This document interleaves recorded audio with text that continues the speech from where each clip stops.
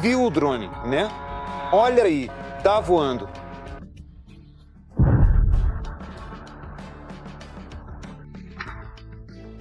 A vingança imediata das nossas forças armadas destrói a Rússia com força. Todos os drones acertaram o alvo com precisão. Está pegando fogo. Pelo visto, de verdade, parece. Isso é um verdadeiro triunfo. As forças armadas da Ucrânia invadiram o coração da Rússia e lançaram o desafio chamado ataques 24 horas por dia contra o inimigo. Esse tipo de agito não agrada ao Kremlin. A Rússia mergulhou no caos e Putin caiu em desespero irreversível. Agora os drones chegam até lugares secretos. A Crimeia está em polvorosa, a península está sendo cortada da Rússia. O ditador está cantando sua canção de despedida de Donetsk. Meteu no lixo no fogo. Apaga o inimigo e todo o seu equipamento.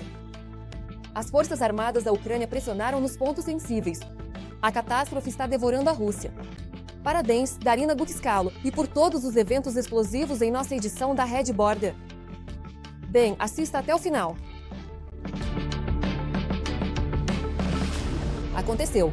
Os drones invadiram resolutamente a retaguarda. Ataque após ataque. E sem as metas ousadas. O Baskortostão está gradualmente se isolando. E o inferno para o inimigo se desenrola com força explosiva. Drone. Você viu, não viu e está voando. O drone atacou, provavelmente, a refinaria de Promizona, localizada, em particular, na usina de refino de petróleo da Bashefta em Forgsintez.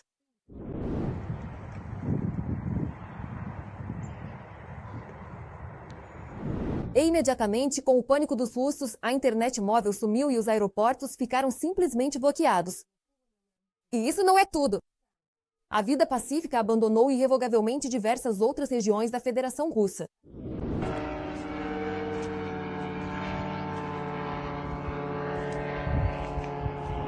Região de Nizhny Novgorod, Lesogorsk. A subestação Arzamas 500 foi atacada à noite. 2 transformadores foram destruídos.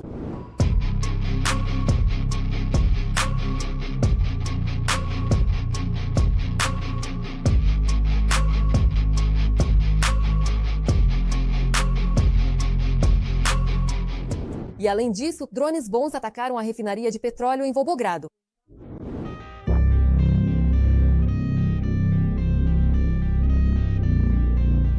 No local, começou um incêndio, que está sendo muito comentado pelos moradores nas redes.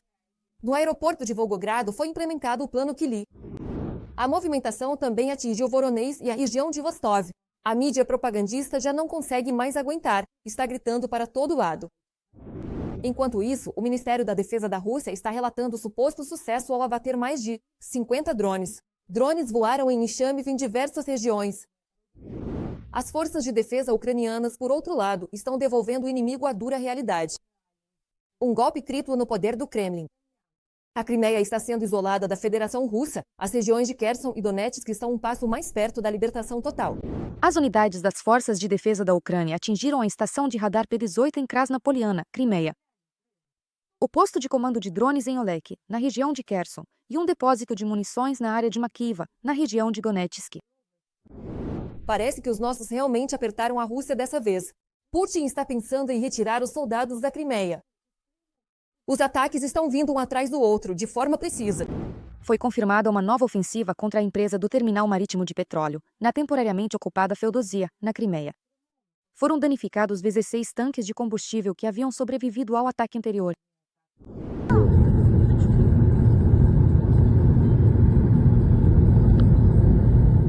No dia anterior, nossos soldados fizeram um tour por esse mesmo terminal. Na verdade, depois disso, 5 tanques foram destruídos de uma vez. O autoproclamado chefe da Crimeia, Aksionov, está em estado de histeria. O fogo tomou conta da base de petróleo instantaneamente. Testemunhas imediatamente inundaram as redes sociais com imagens épicas. A coluna de fumaça de Feodosia se estende até Kerch e atravessa o estreito, cobrindo toda a área ao redor. 6, 7 focos, meu Deus. Acho que já estamos em uma seção paralela, uma logo atrás da outra. Parece que o blackout finalmente chegou à Crimeia. A subestação que em Feodosia não aguentou o impacto dos nossos ataques.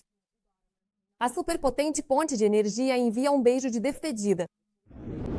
A subestação é um ponto-chave para o fornecimento de energia da Crimeia, processando a maior parte da potência da ponte de energia, além de garantir a distribuição de eletricidade entre as partes norte e leste da península.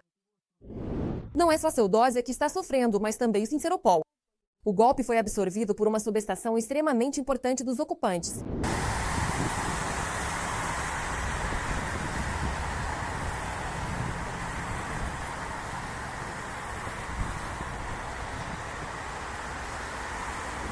Donetsk também não conhece paz.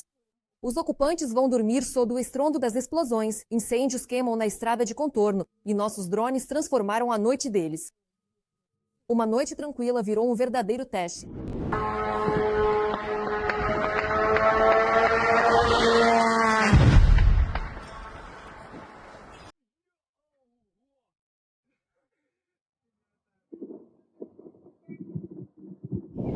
Os moradores locais relatam um grande incêndio perto do antigo Auchan, na rodovia de contorno Sloviansk-Donetsk e Mariupol. Colunas de fumaça podem ser vistas de longe e o fogo tomou conta dos arredores.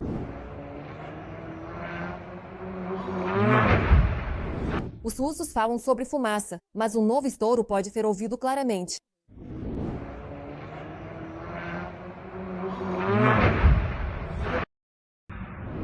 Os próprios russos se entregaram.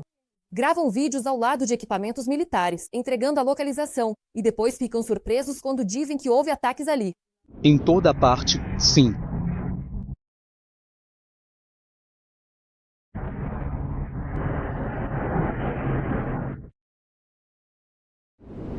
Agradecemos aos blogueiros de Procrivlino pela ajuda.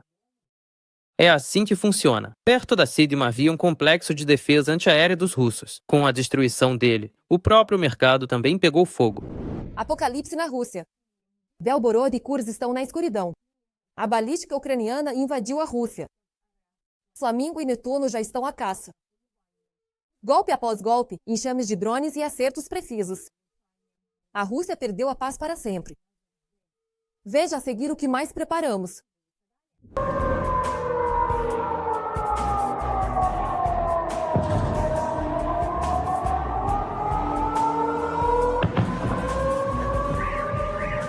As consequências da guerra iniciada pela Rússia começam a retornar ao seu território na forma de drones ucranianos e mísseis de longo alcance. No Estado-Maior, supõe que depois de Belgorod, os moscovitas também poderão sentir na pele o que é um apagão.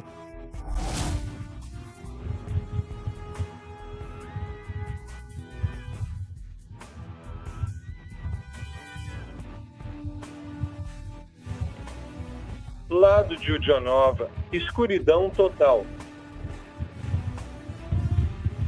Voando, caminhos novos, sem semáforos nos cruzamentos, nada funciona.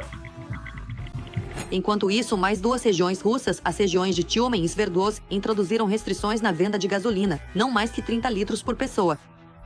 Antes disso, essa novidade no mercado já havia afetado o território de Chabarovsk, a região de Chelyabinsk e a Crimeia ocupada.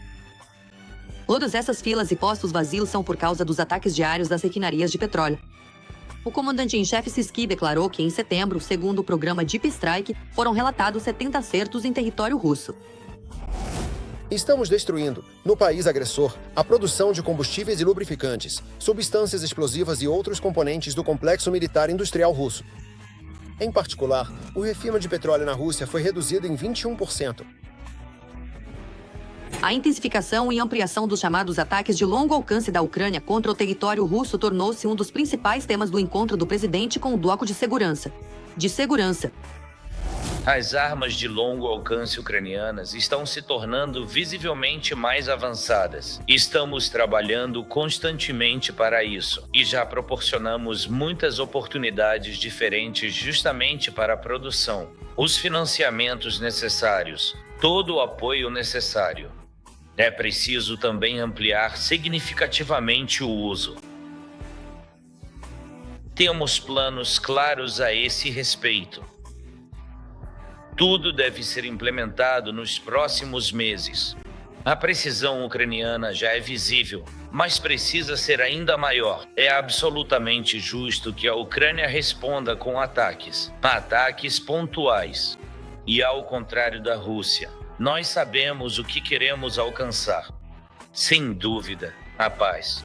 Atualmente, os portadores dos ataques em profundidade no território russo são os mísseis Flamingo e Neptun.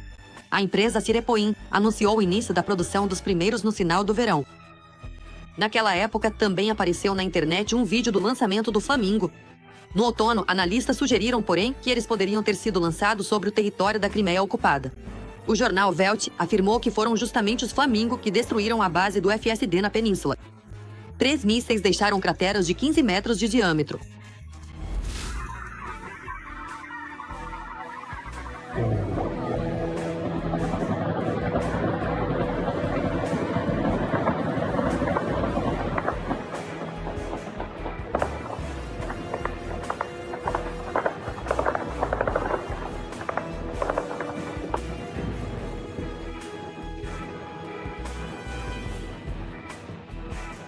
Olha, quebrou, prata.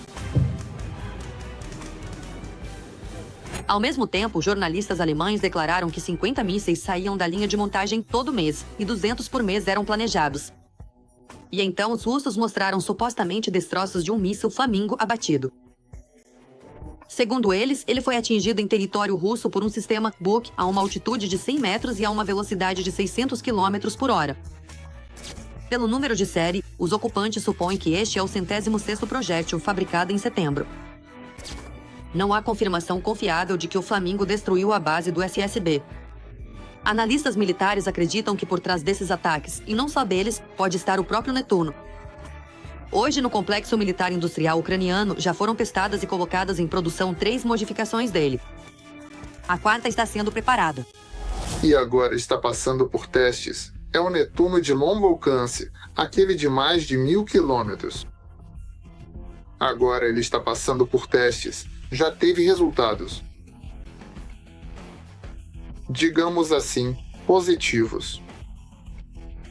Ele continua passando por testes. Depois, essa é uma questão paralela, que é a implementação da produção em série dele. Eu acredito que essa série de Netunos, primeiro, torna o país bastante capaz. Revela o nosso potencial de combate, porque nem todos os países do mundo possuem mísseis de cruzeiro e ainda. Esses mísseis de cruzeiro, no futuro, serão tanto de base naval quanto terrestre, digamos assim, para diferentes alcances. Por razões óbvias, os armeiros ucranianos não divulgam muito sobre os ataques ao agressor. Mas o presidente Zelensky admitiu à imprensa que as forças de defesa até os combinam. E isso, admitem os analistas, é uma prática bem-sucedida que os ucranianos podem adotar do seu inimigo.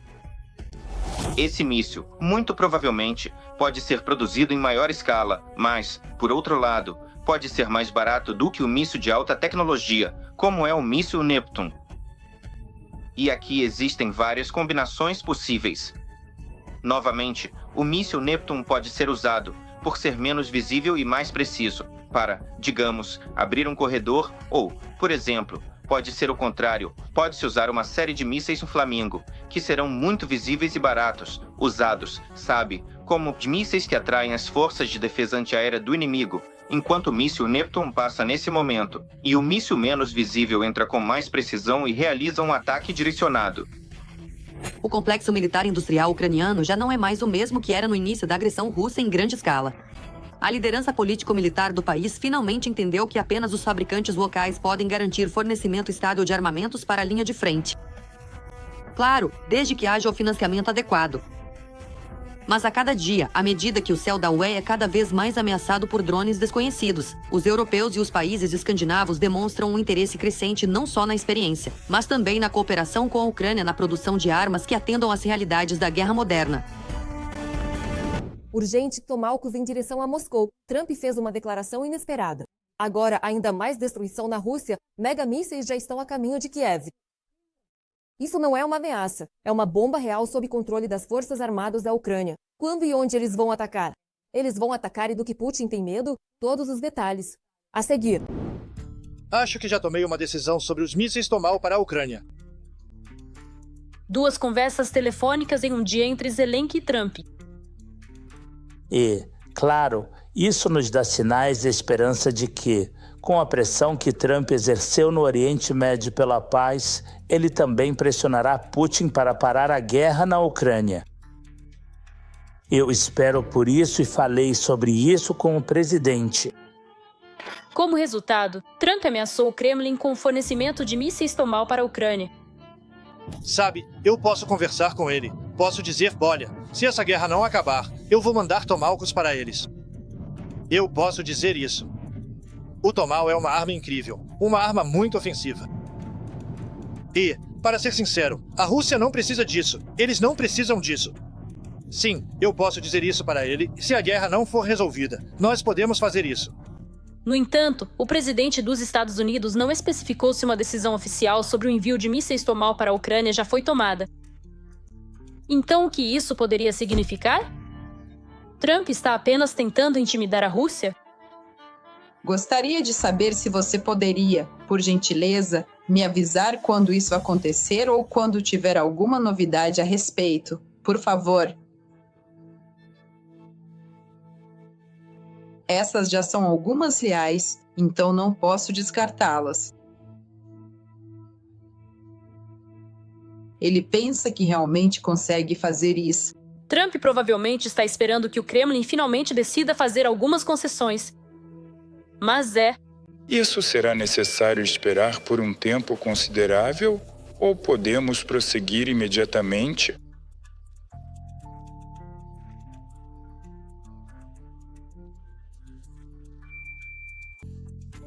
E enquanto o assunto Tomahawk está causando alguma excitação no Kremlin, Lukashenko já resolveu tudo. Bem, é claro que esses mísseis não voarão para o seu país. Acho que precisamos nos acalmar em relação a isso. Eu já disse, talvez até para vocês, que o nosso amigo Donald tem uma tática peculiar para lidar com as questões mais delicadas, antes de tudo. Olha só, ainda está puxando o saco do Trump, chamando-o de amigo. Então, quem está mais próximo do magnata da batata? Ainda é o Putin ou agora já é o amigo Donald? Lukashenko quer recuperar aquela posição de que eu posso até sediar negociações e, no geral, eu posso conversar com qualquer um sobre isso. E, no geral, eu sou tão bom que sou o principal negociador. Eu posso reunir todos eles juntos. Acho que é sobre isso. Mas a questão continua em aberto. Será que a retórica do Kremlin vai mudar depois das declarações de Trump? O lado russo continua dizendo que está pronto para uma solução pacífica. E também ouvimos que Trump, o tempo todo, fala sobre a necessidade de sentar à mesa de negociações.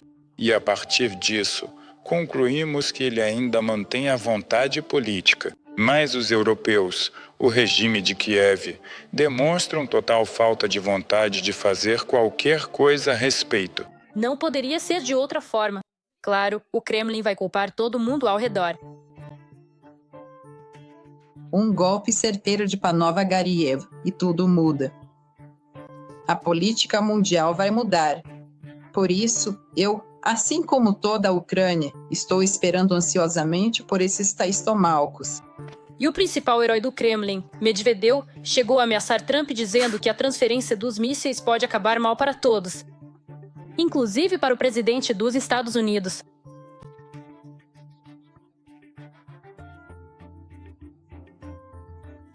Assim, se acontecer alguma coisa, ele pode dizer, ele é só meu substituto. Por isso, ele fala, e o que vocês querem? Por isso, Medvedev está cumprindo as tarefas que Putin lhe deu e não outra pessoa. Então, sim, é preciso entender que, se ele está dizendo isso, é porque coincide na mensagem com o que diz Peskov. Ou seja, a mídia russa realmente ficou preocupada. Parece que eles estão apreensivos. Claro, eles não têm onde se esconder, ao contrário do Putin. Eles nem sequer escondem isso. Além disso, eles já estão marcando no mapa os alvos que podem ser atingidos por esses mesmos Tomahawks. Olhem só alvos da infraestrutura militar russa, dentro do alcance dos mísseis de cruzeiro Tomahawk na Federação Russa. Putin vai decidir tudo. E vocês, esqueceram disso? Vocês não têm defesa antiaérea igual a nenhuma outra. Nossa resposta é o reforço do sistema de defesa aérea da Federação Russa. Além dos Tomahawks, Trump declarou que realmente acabou com a guerra em Gaza, o que confirma sua presença no parlamento de Israel.